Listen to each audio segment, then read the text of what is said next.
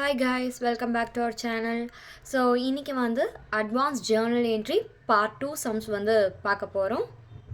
Okay, இன்னைக்கான sums வந்து பார்க்கலாம். ஃபர்ஸ்ட் sum பாருங்க.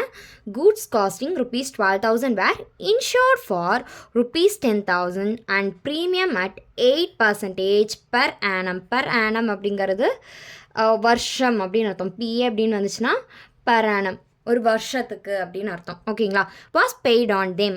அதாவது 12,000 ரூபாய் மதிப்புள்ள கூட்ஸுக்கு நம்ம இன்சூரன்ஸ் பண்ணியிருக்கோம். எவ்வளோ இன்சூரன்ஸ் போட்டிருக்கோம்? 10,000 ருபீஸ்க்கு வந்து இன்சூரன்ஸ் போட்டிருக்கோம்.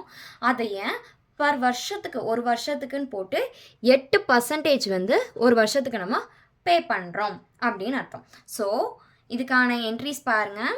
Insurance premium account debtor to cash account எவ்வளோ? 800 போட்டிருக்கோம். அதாவது இன்சூரன்ஸ் ப்ரீமியம்ங்கிறது என்ன? எக்ஸ்பென்சஸ். இது வந்து எக்ஸ்பென்சஸ். கேஷ் அக்கௌண்ட்டுன்னு கீழே போட்டிருக்கோம். ஏன்? வாட் கோஸ் அவுட் கேஷாக நம்ம பே பண்ணுறோம். ஸோ வாட் கோஸ் அவுட் அப்படின்றதுல கிரெடிட்டில் கேஷ் வந்திருக்கு. இந்த 800 எப்படி? அதாவது 10,000 இன்சூரன்ஸு போட்டிருக்கோம். ஆனால் வருஷத்துக்கு எவ்வளோ?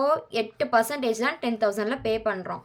ஸோ 800 per annum pay பண்ணுறோம். இப்போ insurance premium account debtor to cash account rupees எவ்வளோ?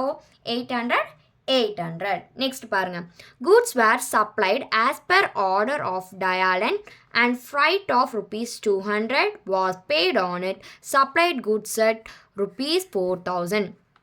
அதாவது தயாளன் அப்படிங்கிறவங்களுக்கு கூட்ஸ் வந்து சப்ளை பண்ணுறோம். எவ்வளோ ஒர்த்துள்ள கூட்ஸ்?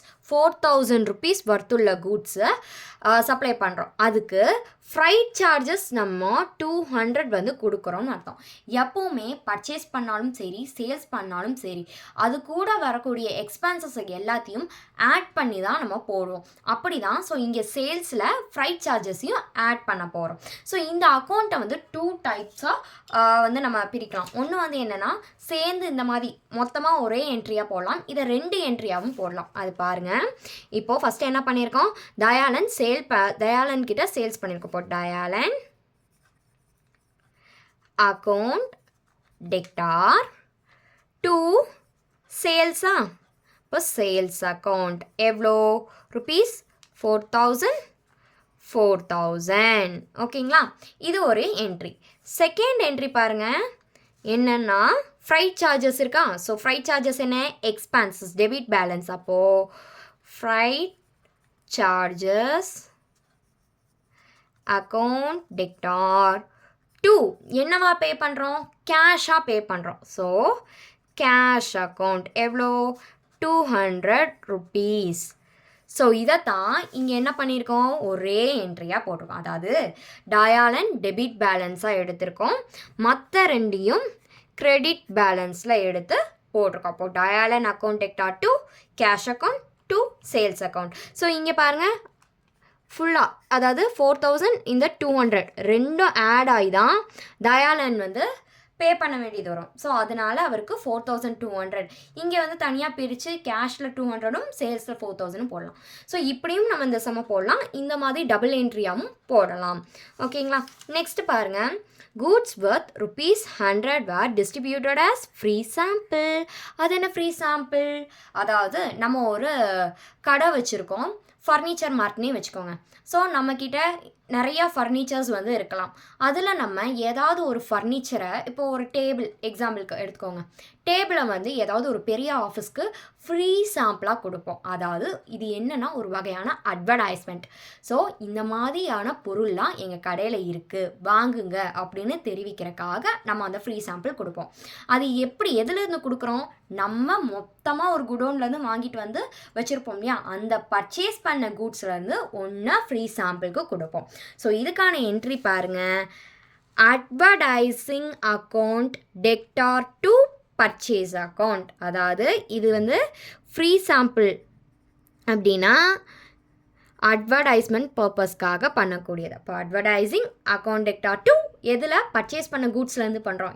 ஏன்னா எப்போவுமே பர்ச்சேஸ் டெபிட் பேலன்ஸ் தானே. இங்கே எப்படி கிரெடிட் வந்துச்சு அப்படின்னா, இங்கே பர்ச்சேஸ் பண்ண கூட்ஸ்லேருந்து சேல் பண்ணுறோம், அதாவது அட்வர்டைஸ்மெண்ட் பண்ணுறோம். So advertisement account debtor to purchase account எவ்வளோ 100 இங்கே வந்து சில டைம் என்ன பண்ணுவாங்கன்னா டொனேஷனாக கொடுத்துருப்பாங்க, சேரிட்டிக்கு ஏதாவது ஃப்ரீயாக கொடுத்துருப்பாங்க. அப்படின்னாலும் இப்போ டொனேஷன் கொடுத்துருந்தாங்கன்னா இங்கே டொனேஷன் அக்கௌண்ட் எக்டா டூ நம்ம பர்ச்சேஸ் பண்ண அக்கௌண்ட்டில் தான் கொடுத்துருக்கோம், அப்போ பர்ச்சேஸ். ஓகேங்களா. நெக்ஸ்ட்டு வந்து பார்த்தீங்க அப்படின்னா சேரிட்டிக்கு கொடுத்துருந்தாலும் என்ன பண்ணலாம், சேரிட்டி அக்கௌண்ட் டெக்டா டூ பர்ச்சேஸ் பண்ணதுலேருந்து தான் கொடுத்துப்போம், அப்போ பர்ச்சேஸ் அக்கௌண்ட் அப்படின்னு போடலாம். ஓகே, நெக்ஸ்ட் சம் பாருங்க.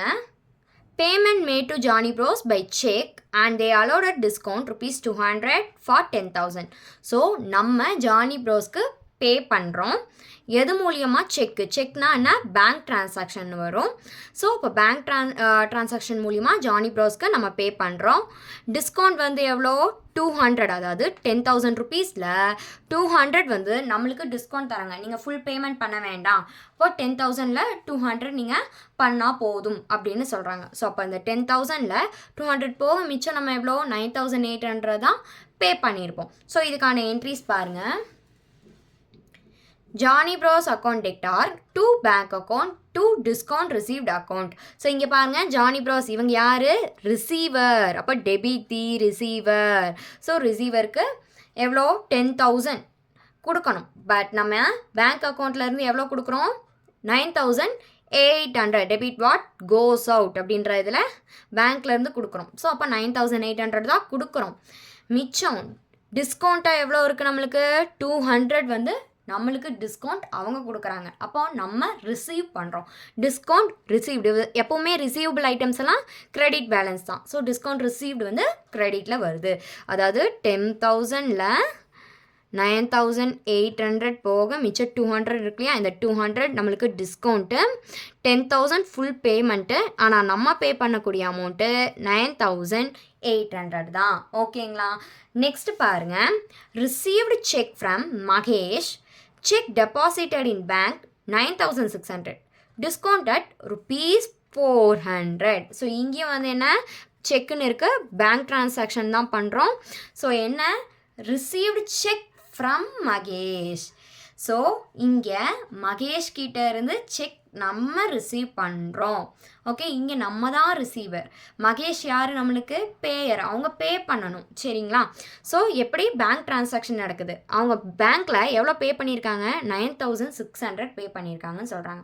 டிஸ்கவுண்ட் நம்ம வந்து அவங்களுக்கு 400 கொடுத்துருக்கோன்னு சொல்கிறாங்க. அப்போது ஃபுல் பேமெண்ட்டாக எவ்வளோ இருந்திருக்கும், இந்த 9,600 ப்ளஸ் 400 மொத்தம் 10,000 தான் ஃபுல் பேமெண்ட்டாக இருந்திருக்கும். அதில் அவங்க நம்மளுக்கு 9,600 தான் பே பண்ணுறாங்க. ஸோ இதுக்கான என்ட்ரிஸ் பாருங்கள். Bank account debtor, discount allowed account debtor to Mahesh account. அதாவது மகேஷ் அக்கௌண்ட்டில் மொத்தம் ஃபுல் பேமெண்ட் வந்து 10,000. அதில் அவங்க பேங்க்குக்கு பே பண்ணுறது என்ன, 9,600. நம்ம டிஸ்கவுண்ட் கொடுத்தது எவ்வளோ, 400. So debit the receiver, bank மூலியமாக நம்ம ரிசீவ் பண்ணுறோம், அதனால பேங்க்கு டெபிட் பேலன்ஸ். ஓகேங்களா. டிஸ்கவுண்ட் அலோடு, டிஸ்கவுண்ட் ரிசீவ்டு அப்படிங்கிறது எப்படி கிரெடிட் பேலன்ஸோ அதே மாதிரி டிஸ்கவுண்ட் அலோடு எப்பவுமே டெபிட் பேலன்ஸ் தான். So debit to Mahesh account. Mahesh யார், கிவர். சரிங்களா. ஸோ அந்த கிவரை வந்து கீழே போடுறோம். ஸோ அதனால கிரெடிட் பேலன்ஸில் அவர் வராரு. அப்போது bank account debtor, discount allowed account debtor to Mahesh account. ஓகேவா, இந்த டிரான்சாக்ஷன் புரிஞ்சுங்களா. So discount allowed, discount received வந்து நம்ம இன்னைக்கு புதுசாக பார்த்துருக்கோம். நெக்ஸ்ட் பாருங்க, bank intimate the cheque of Mahesh has been returned unpaid.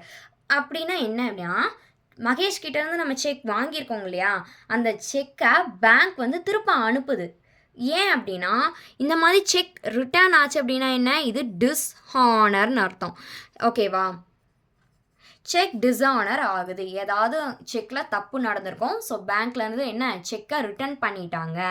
So இதுக்கான டிரான்சாக்ஷன் என்னன்னு பார்க்கலாம். அதாவது bank account debtor to discount அலோடுன்னு போட்ட அக்கௌண்ட்டை அப்படியே ஜஸ்ட் ஆப்போசிட்டாக போடுறோம். ஏன் அப்படின்னா, பேங்க்கில் டிஸ்கவுண்ட் பேங்க் டிரான்சாக்ஷனில் டிஸ்ஹானர் ஆகிடுச்சு. ஓகேவா.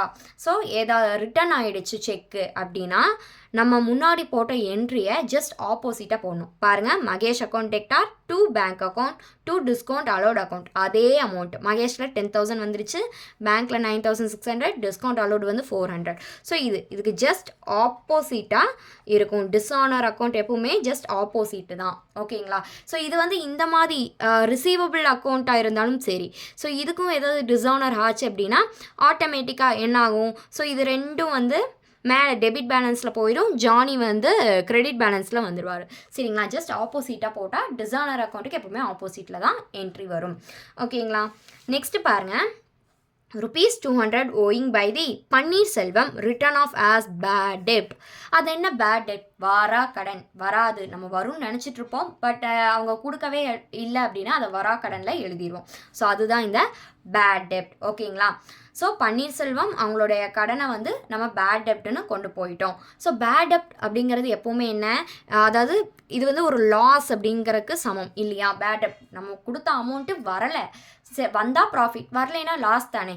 ஸோ இது ஒரு வகையான லாஸ். அப்போது debit all expenses and losses. அப்போ பேட் டெப்ட் எப்பவுமே என்ன வரும்? Debit balance. ஸோ இதுக்கான என்ட்ரி பாருங்கள், டெபிட், அதாவது பேட் டெப்ட் அப்படிங்கிறது டெபிட் பேலன்ஸில் போட்டிருக்கோம். பேட் டெப்ட் அக்கௌண்ட் டெக்டார் டு பன்னீர்செல்வம். யாருனால பேட் டெப்ட் வந்துச்சு?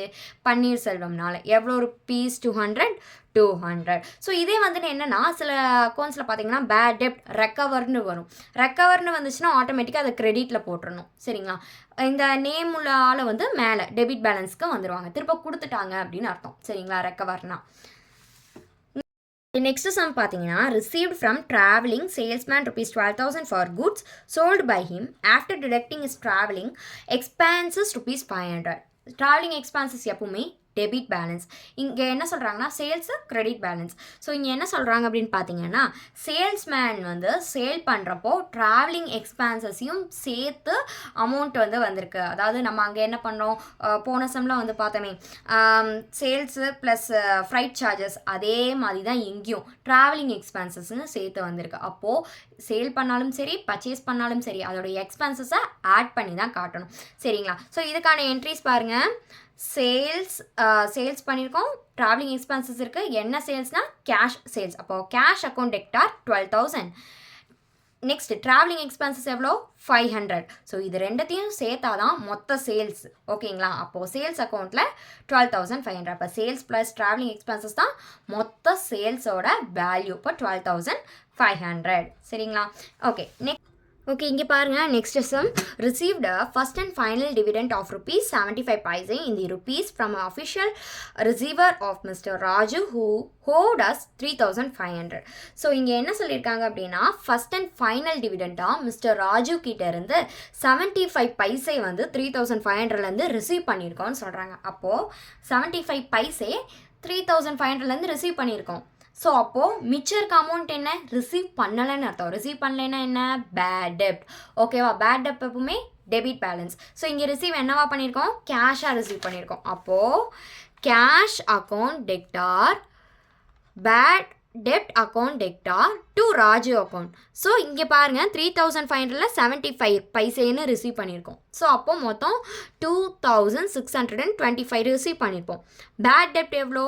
மிச்சம் நம்மளுக்கு வராதது 875. அப்போ மிச்சம் ராஜு அக்கௌண்ட்டில் எவ்வளோ இருக்கும்? அதாவது மொத்தமாக ராஜு அக்கௌண்ட்டில் 3,500 ருபீஸில் நம்ம இவ்வளோ ரிசீவ் பண்ணியிருக்கோம். இது வந்து வராது, பேட் டெப்ட்.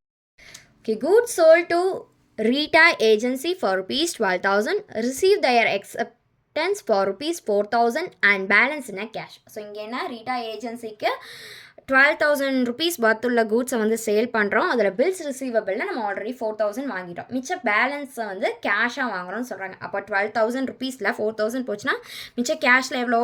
8,000 வந்து வாங்குவோம்னு அர்த்தம். ஸோ இதோட என்ட்ரிஸ் பார்க்கலாம். Bills receivable account debtor, cash account debtor to sales account. So sales மொத்தம் எவ்வளோ பண்ணியிருக்கோம்? 12,000. பில்ஸ் ரிசீவபிளில் 4,000 நம்ம ஆல்ரெடி வந்து வாங்கியாச்சு. அப்போ மிச்சம் கேஷில் எவ்வளோ இருக்கும்? 8,000 இருக்கும். ஸோ எல்லா பேயபிள் ஐட்டம்ஸுமே டெபிட் பேலன்ஸ், எல்லா ரிசீவபிள் ஐட்டமே கிரெடிட் பேலன்ஸ். இதில் எக்ஸம்ஷன் என்னென்னா பில்ஸ் ரிசீவபிள், பில்ஸ் பேயபிள். இதுக்கு மட்டும் பில்ஸ் ரிசீவபிள் எப்பவுமே டெபிட் தான், பில்ஸ் பேயபிள் எப்பவுமே கிரெடிட்டில் தான் வரும். ஸோ இன்றைக்கான என்ட்ரிஸ் இவ்வளோ தான். அடுத்து வேறு ஏதாவது இருந்துச்சு, அட்வான்ஸ் என்ட்ரிஸ் ஏதாவது இருந்தது அப்படின்னா அதையும் நம்ம வீடியோவில் போஸ்ட் பண்ணலாம். ஸோ தொடர்ந்து நம்ம சேனலில் வந்து பாருங்கள். ஏதாவது டவுட்ஸ் இருந்துச்சுன்னா அப்படின்னா கண்டிப்பாக கமெண்ட் செக்ஷனில் கேளுங்க. இன்னும் இது மாதிரி நிறையா வீடியோஸ் நம்ம வந்து போஸ்ட் பண்ணிகிட்டே தான் இருப்போம். தொடர்ந்து பாருங்கள். தேங்க்ஸ் ஃபார் வாட்சிங்.